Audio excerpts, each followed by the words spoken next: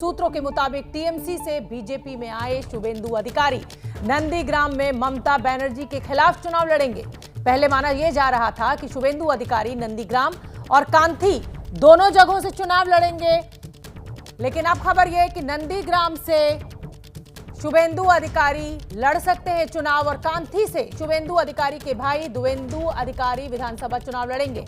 सूत्रों के मुताबिक बंगाल बीजेपी के अध्यक्ष दिलीप घोष के खड़गपुर से चुनाव लड़ने को लेकर अभी फैसला नहीं हुआ है।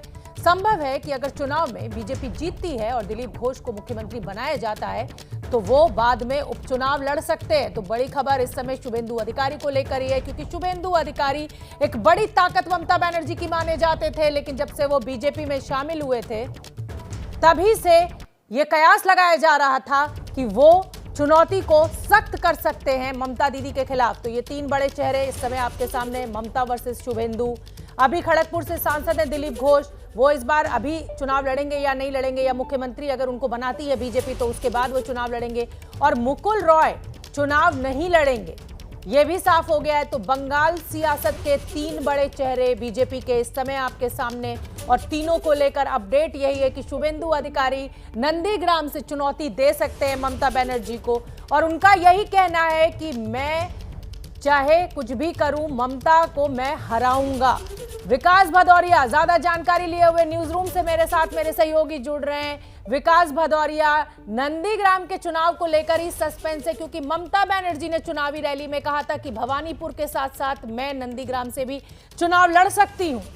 बिल्कुल, और देखिए, और अब बीजेपी ने यह फैसला कर लिया है कि कांथी से, जहां से पहले शुभेंदु अधिकारी विधायक होते थे, वहां के बजाय अब वो केवल नंदीग्राम से लड़ेंगे। सीधा जो मुकाबला होगा वो शुभेंदु अधिकारी वर्सेस ममता बनर्जी होगा। पूरे चुनाव की ताकत को नंदीग्राम में झोंककर, शुभेंदु की पूरी ताकत नंदीग्राम में लगाकर वो ममता बनर्जी को हराने की रणनीति बनाई जा रही है। और देखिए, इसी दौरान जिस चरण में नंदीग्राम का चुनाव होगा उसी चरण में खड़गपुर में भी चुनाव होगा। और यही वजह है कि जो बीजेपी बंगाल के अध्यक्ष हैं उनको अब शायद ये जताया जा रहा है कि उनको विधानसभा चुनाव नहीं लड़ाया जाएगा, क्योंकि दोनों एक ही फेज में होंगे और बीजेपी नहीं चाहती कि उसके दो बड़े बंगाल के नेता एक फेज में ब्लॉक हो जाएं, और यही वजह है कि उनको ना लड़ाने का फैसला बीजेपी ने किया है। अगर मैं ये भी जानना चाहूंगी, मुकुल रॉय क्यों नहीं चुनाव लड़ रहे हैं, क्या वजह सामने निकल कर आ रही है? मुकुल रॉय लंबे समय से स्वास्थ्य से अपने जूझ रहे हैं। स्वास्थ्य कारणों की वजह से पार्टी ने मुझे बताया है कि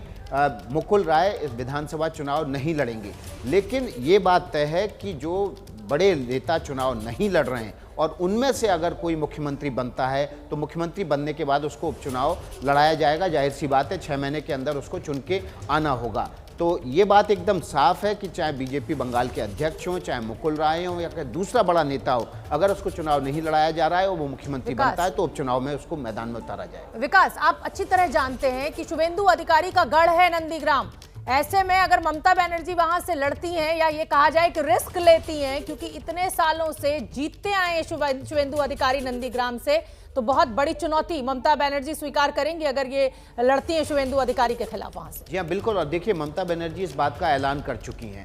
अगर अब ममता बनर्जी अपने ऐलान से पीछे हटती हैं तो जिसको कहते हैं कि मनोवैज्ञानिक हार स्वीकार कर लेना, और इस मनोविज्ञान का असर जनता पर क्या पड़ेगा इसका आकलन आप कर सकते हैं। इसलिए ये तो तय है लगभग कि अब ममता बनर्जी नंदीग्राम से चुनाव लड़ेंगी, और इसलिए बीजेपी ने अपनी रणनीति तय कर ली है पहले से कि शुभेंदु अधिकारी को सिर्फ एक सीट नंदीग्राम से लड़ाया जाएगा। कांथी से उनके भाई दुवेंदु अधिकारी जो अभी बीजेपी में शामिल हुए हैं उनको लड़ाया जाएगा। बहुत बहुत धन्यवाद विकास भदौरिया इस बड़ी खबर के लिए, इस बड़ी जानकारी के लिए। तो शुभेंदु अधिकारी नंदीग्राम से ममता बनर्जी के खिलाफ खड़े होंगे।